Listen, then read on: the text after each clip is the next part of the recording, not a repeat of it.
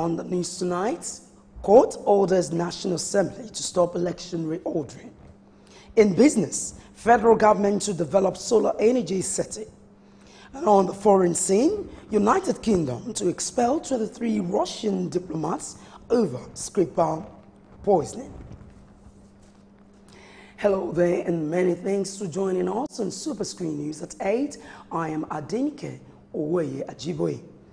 President Muhammadu Buhari says his administration's response to the February 19 abduction of 110 students of Government Girls Science and Technical College, Dapchi, Yobe State, was better than the response of the last administration to a similar abduction in Chibok, Borno State.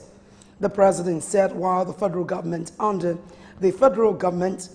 his watch swung into action immediately after the abduction. The last administration looked the other way when the Chibok girls were abducted in 2014. President Buhari disclosed this at a town hall meeting with traditional and community leaders and other stakeholders in the Maturu, Yobe State as part of activities lined up for his official visit to the state. The federal High Court in Abuja has ordered the National Assembly to stop taking any further actions on the Electoral Act Amendment Bill 2018, which seeks to provide the order in which the Independent National Electoral Commission, INEC, must conduct the 2019 general elections. The restraining order issued by Justice Ahmed Mohammed is to last till March 17, which is the next hearing date.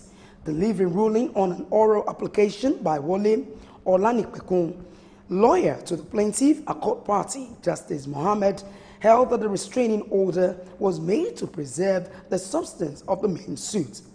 President Muhammadu Buhari had on Tuesday informed the National Assembly that he had withheld his assent to the bill, which was earlier passed by both chambers of the National Assembly. The presidency has summoned the Inspector General Police, IGP Ibrahim Idris, for questioning over why he breached President Muhammadu Buhari's order to relocate to Benue following the January 1 killings in the state. Idris, who was received by the president in a private audience, left about 30 minutes after without speaking to pressmen. You will recall President Buhari had on January 9 ordered the Inspector General to move to Benue to check the reported cases of attacks on innocent citizens.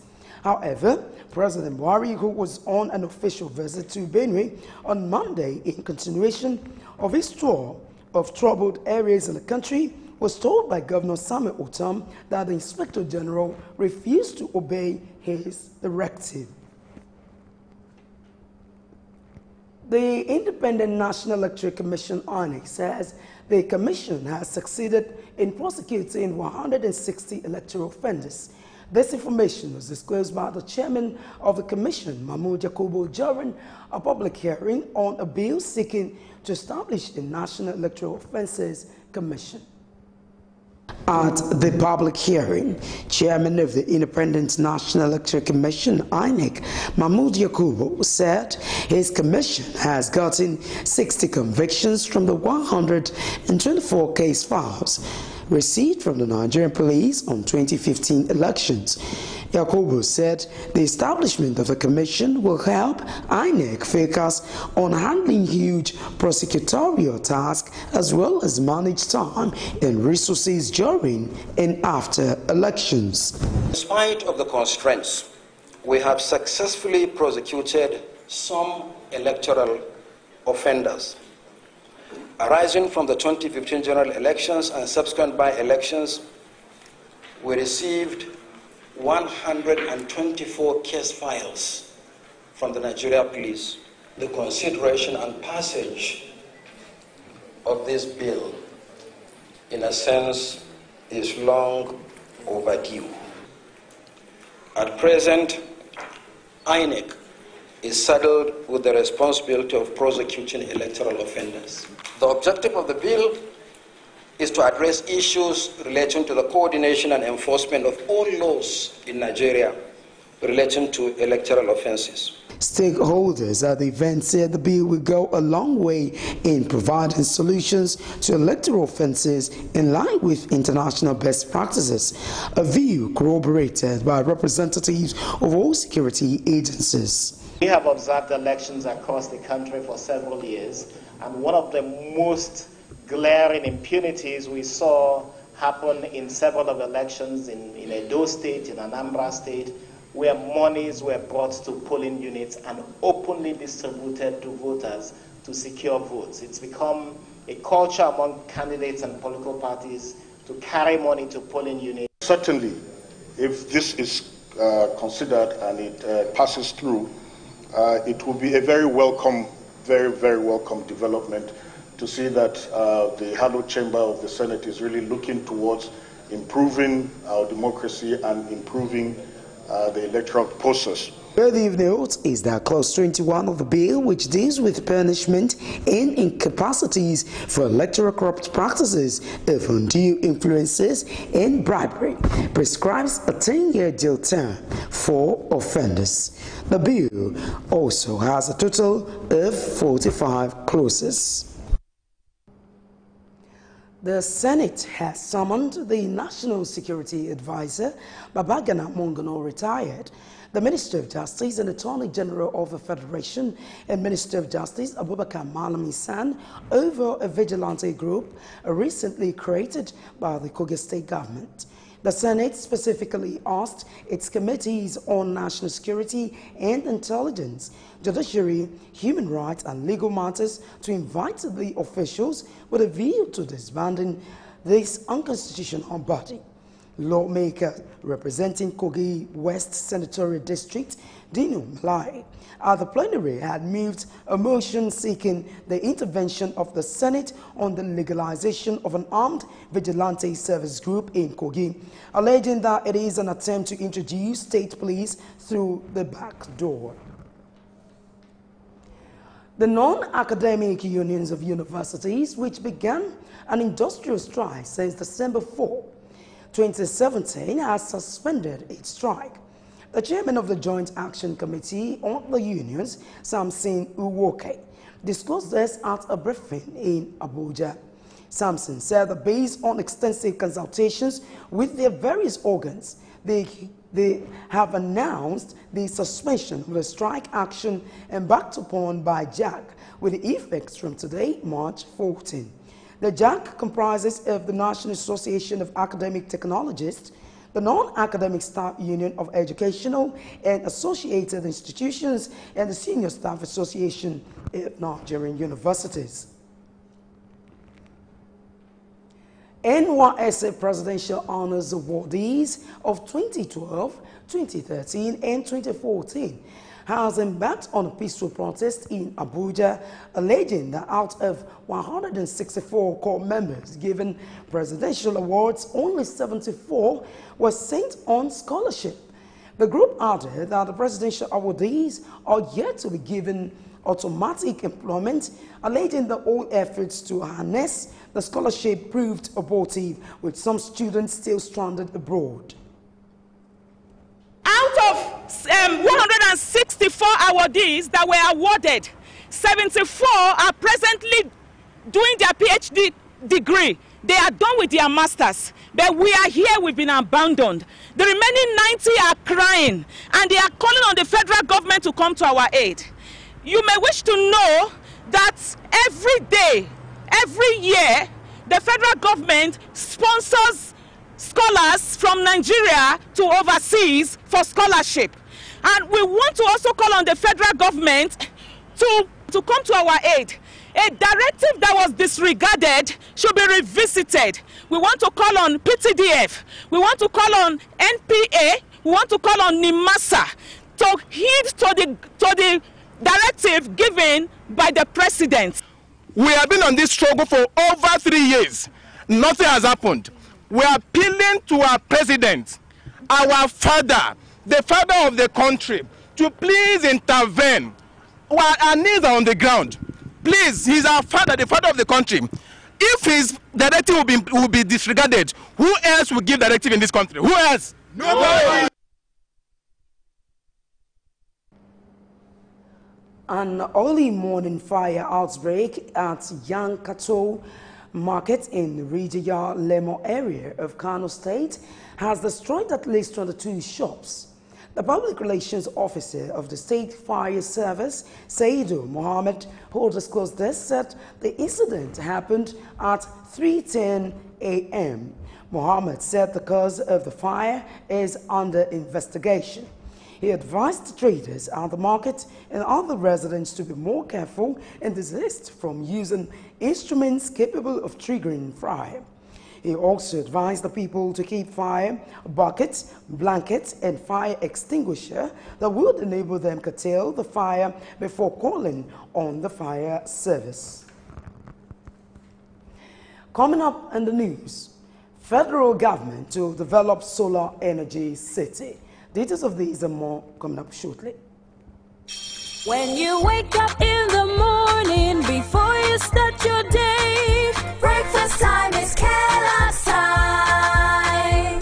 For work and for play, for a great start to your day, breakfast time is Kellogg's time. We always start our day with a nourishing Kellogg's breakfast, powered with the goodness of grains and 11 essential vitamins and minerals. Kellogg's makes a great tasting breakfast for all of us. So in our family, breakfast time is Kellogg's time. So I eat Kellogg's for breakfast. It keeps me full of energy. It's tasty and nutritious. Schoolwork seems so easy. Kellogg's every day. Breakfast time is Kellogg's time. Breakfast is Kellogg's. So give your family a tasty, nutritious breakfast of Kellogg's today. Now also available at just 15 naira. Breakfast time is Kellogg's time.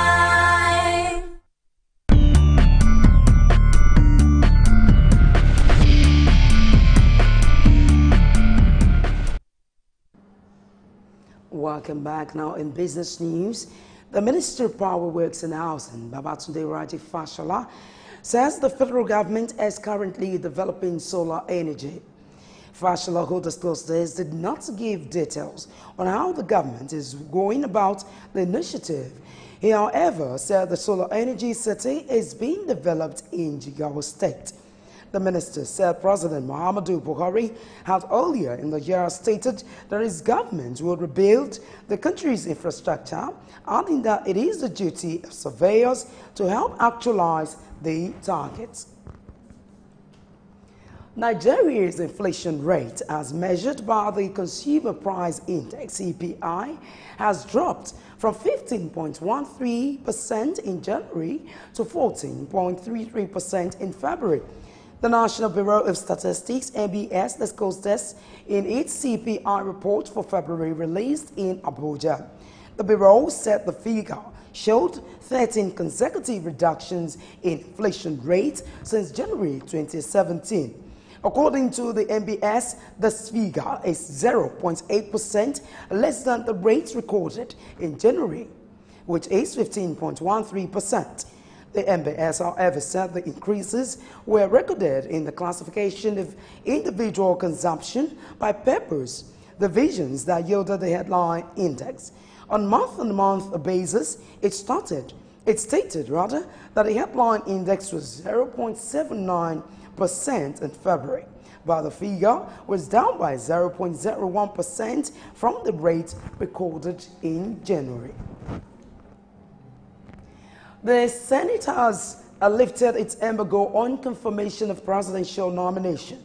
This development clears the coast for nominees for the positions of Deputy Governor of the Central Bank of Nigeria, CBN, and members of the Monetary Policy. Chairman of the Senate Committee on Banking, Rafiu Ibrahim, raised the point of order during Tuesday's sitting, urging lawmakers to lift their embargo on confirmation of appointment by President Muhammadu Buhari. So I want to appeal to our colleagues. We have 3 requests regarding Central Bank. The board of the Central Bank, the deputy governors, 2 deputy governors who are also members of MPC, and MPC members who are majorly in the private sector, in various sectors of the economy that are members. MPC is a creation of the CBN Act, which is autonomous. It's not run by the board of Central Bank, but it's very, very important. Each meeting of every 2 months is important for the economy. As it is today, it is already affecting the foreign direct investment to Nigeria. Some foreign portfolio investment are already leaving. Some that are supposed to come are not coming. So we just want to appeal that we take only the aspects that affect the Monetary Policy Committee, which is the independent members and the two deputy governors that are members of MPC, so that the MPC can continue to sit to direct the affair of the financial sector, which is the heart of Nigeria's economy. A wise man is a man who has to change his mind if he has to. So I think it is important that we reconsider our stand in respect of an earlier resolution on confirmation and be able to probably make an exception in respect of the issue of MPC. Sometimes a man, first of all, the essence of marriage, or one of the essence of marriage, is to have children. So, and that's why, because of the importance of children in marriage, when a man and his wife is quarreling, they still have children. So, I believe that it is important that we make this exception so that our economy will not collapse and the international community will continue to have confidence in our economy. So I support this motion. For the 3 years I have stayed here with the privilege of being the Deputy Senate Leader, there was never a time that this Senate has failed or neglected to act in pursuance of that commitment. So in view of this, I think it's a very straightforward motion. I will only seize this opportunity to thank my distinguished colleagues for giving us that very, very rare cooperation in that line. In his ruling, Senate President Bukola Saraki directed the Senate Committee Chairman on Banking to complete the process of screening in a bid to give the necessary support on the issue. Confirmation process for the 2 deputy governors and the members of the MPC. Those in favor of this prayer say aye. Those against say nay. The ayes have it. Distinguished colleagues, let me thank the Chairman of Banking for bringing that up. Let me also particularly again acknowledge and thank my colleagues for the statesmanship role you continue to play.